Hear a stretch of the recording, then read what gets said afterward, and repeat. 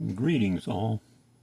I want to talk about the RCA 1802 microprocessor in this video. This is an 8-bit processor originally designed in the early to mid 70s. It was released in 1976. It's an 8-bit data bus. It has a 16-bit address bus. The address bus is multiplexed, and there are timing signals that you can use to demultiplex that into a 16-bit address, so it will address the full 64K. It's a register-based processor with 16 general-purpose 16-bit registers labeled R0 through R15. It uses an 8-bit opcode. There are about 90 instructions. Clock rate up to 2.5 megahertz typically would run between 1 and 1.5 in most applications. This was probably the first CMOS microprocessor on the market. There's also a silicon on sapphire version for radiation hardening, and in some of the applications this part was used in, that's important. It was used in by NASA and other companies that build space quality equipment. Let's see here.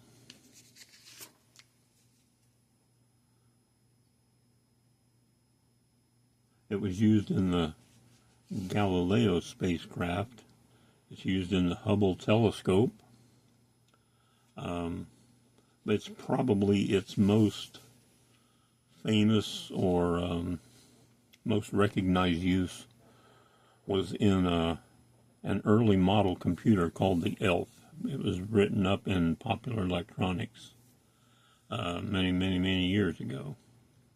And that processor, or that little computer, you could build for, at the time, for less than $100, which was almost unheard of.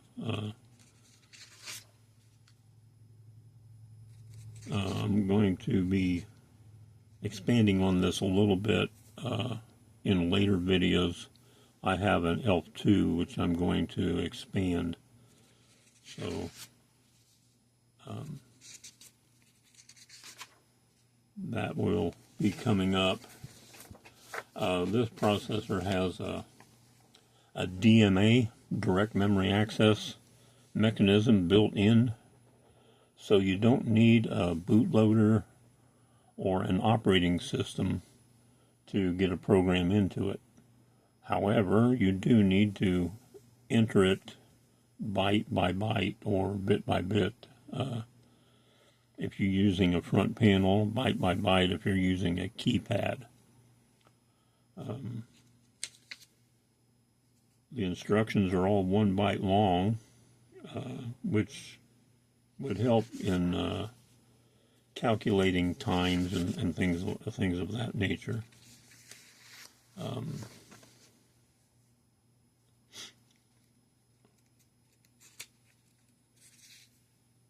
think that's about it for this. It's known as the COSMAC, C-O-S-M-A-C processor, and this stood for Complementary Symmetry Monolithic Array Computer. This was designed and built by a man called Fred Weisbecker, and he Joe Weisbecker, but he had originally created, using TTL logic, a prototype of this processor he called Fred, which was something like friendly, I can't remember now, friendly something.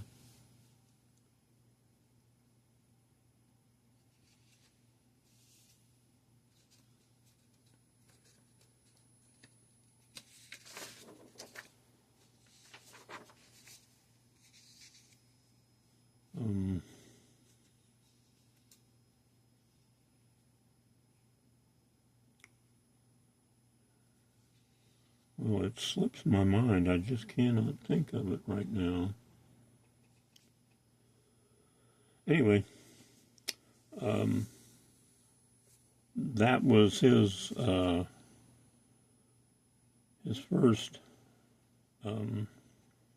go at a home type computer, and then later on that TTL machine was then converted into what is now known as the RCA 1802 microprocessor. There are several support chips that go along with it, several memory chips, a few video chips, serial ports, parallel ports, things of that nature. The memory chips have the decoders built right into it, or the demultiplexers, so you could hook it up to an 8-bit bus and it would decode all of the necessary address lines for that particular memory. So you didn't have to have other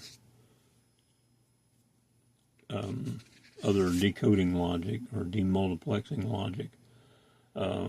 Most of those memory chips and I/O chips are either no longer available today, or if you can find them, they're very expensive. So most users now just use regular old TTL stuff, or you could use an FPGA or CPLD, I assume.